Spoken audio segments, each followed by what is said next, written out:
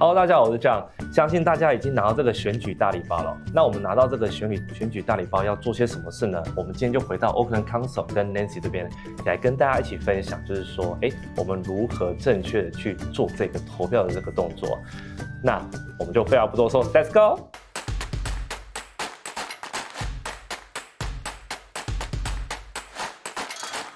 那我们就先请 Nancy 跟大家提醒或者复习一下，就是说，到底选举这件事情，我们的投票时间是什么时候？投票日期的话是从9月9号开始，一直到10月11号中午结束。所以它不是一个特定的时间点大家就去投票，而是有将近快1个月的时间可以投票。对。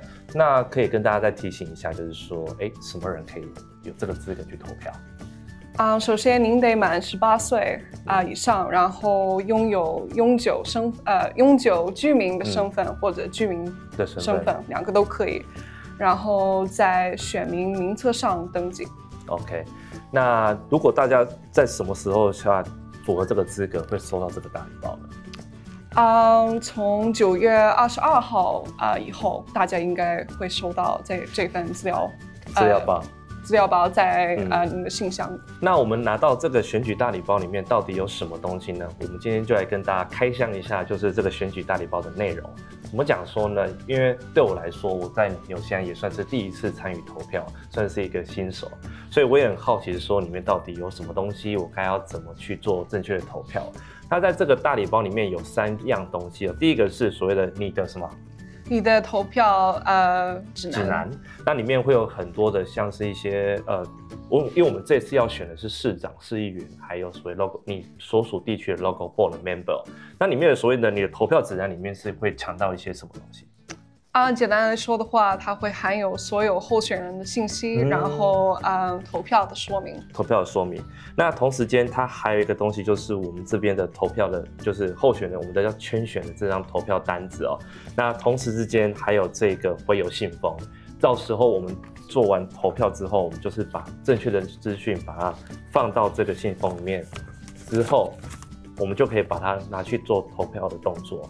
那我们请 Nancy 来跟大家介绍一下，就是说我们这个选票这个单子上面的组成是什么东西首先的话，第1页是关于市长，然后后面的话会有市议员，然后地方委员。OK， 所以是会分。你会收到3部分，会有3部分。那第一部分就是市长的部分，对。第2部分会有 local board member 跟我们的市议员，对。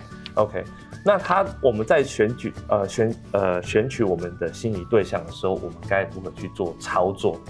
那这边其实有跟大家提到，就是说你想要投的那个人的前面有一个很多框框，我们在上面打勾。那这边其实并没有特地强调，就是说你要用什么笔去勾它，基本上你就是去勾它就好了。这个对我来说是一个蛮有趣的一个地方，就是后面全部都是barcode，所以说它基本上就是一种用是电脑阅卷的这种概念，用机器去帮你做投票，帮你计票，所以我们就只要在上面把你要的这个人把它打勾之后，就可以完成这个投票。我这样讲有错吗？对的。OK， 那有什么地方是需要我们去注意的？就是说，有什么情况下我们会变成这张票会有问题？投票的话，我建议大家就是在就是仔细看，你能选几名。比如市长只能选1名，然后市议员可能1名或者2名。了解。要分不同区。然后地方委员的话，它每一个投票卷会有不同的数量。了解。所以你得注意一下。了解。所以其实它的投票单子上面其实都会有写到，就是说，应该说这边讲说你必须要选一个 candidate。那这里的部分是 local board member 跟市议员的部分，它这里有写一个很大的粗体字你要选6名。这边可能要写2名，就是你每个人拿到单子上面的这个数字是不一样的，其实大家要注意。是跟地区分的。对，所以你必须要投对票，不要就是自己白忙了一场就投错票。那等我们这个都确定之后，我们就可以把它放到我们的这个信箱里面，回邮信封那你不用在上面去留任何的资讯，你只要把它放进去之后，这边到时候正式的你的这个回邮信封会已经把 console 的那个地址写在上面了。对的，我们就直接拿去 NZ Post 把它丢进去就可以了。嗯，是的。那我刚刚其实跟大家提到，就是说我们把我们的选票放到就是回邮信封之后，我们可以去 NZ Post 投入它的回邮信箱里面去做回复就可以了。那 Nancy 可以跟大家分享一下，我们还有其他的选择吗？我得强调一下，如果你用New Zealand Post 邮局信箱的话，你必须在10月7号之前 OK， 还有一个截止日就对了。对，因为那个邮局它也需要几天把你的投票选票投回到市议会。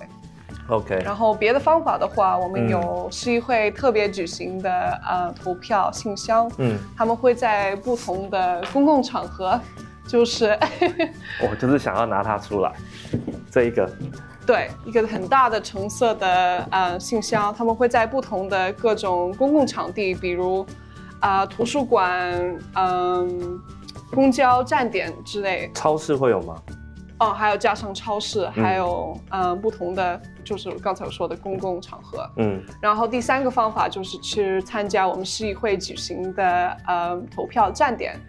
那投票站点的不同是，它会有我们这个很大的橙色的信箱，加上市议会的特殊对工作人员。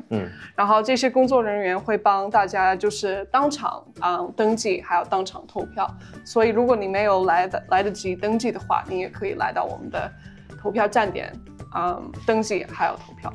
那哪些地方可以查到这样子的资讯？你们有个 list 可以去查吗？会有的。我们的网站Vote Auckland /where to vote 上面会有。我会把这个连结再放在下面，大家可以去看一下。而且同样的，就是我们再把它拉上来看一下。这个箱子，大家好好记得。我还有一些问题想要请教 Nancy 哦，就是说，因为我现在有些朋友他来这边，其实他的英文不是很好，如果他完全看不懂英文怎么办？如果看不懂英文的话，在我们那个您的投票的指南的那个小册子里，它后面会有2维码。如果您扫这个2维码的话，它会直接连接到相对应语言的网站。对，它会有简体中文还有繁体中文的说明。那蛮方便的。那我们现在来问 Nancy。我的最后一个问题，不好意思，我今天问题有点多。感谢你今天跟我们大家分享这么多的知识哦。就是说，我投完票之后，我经过了1个月的这段时间之后，我们是什么时候会开票得到结果？会在10月11号下午，我们会公布就是初步的结果，然后10月17号最终的结果会被宣布。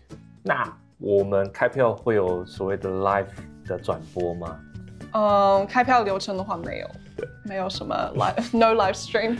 因为我们刚刚才讨论过，就是说，我刚好跟 Nancy 分享，就是说我们在台湾选举的时候，我们其实在开票的时候，可能就是下午4点封关之后，大家可能会到现场去，就是开始看大家投票，谁一票去监票。但是这个地方似乎在这个地方好像不是的，没有这么的热闹，我得这么讲。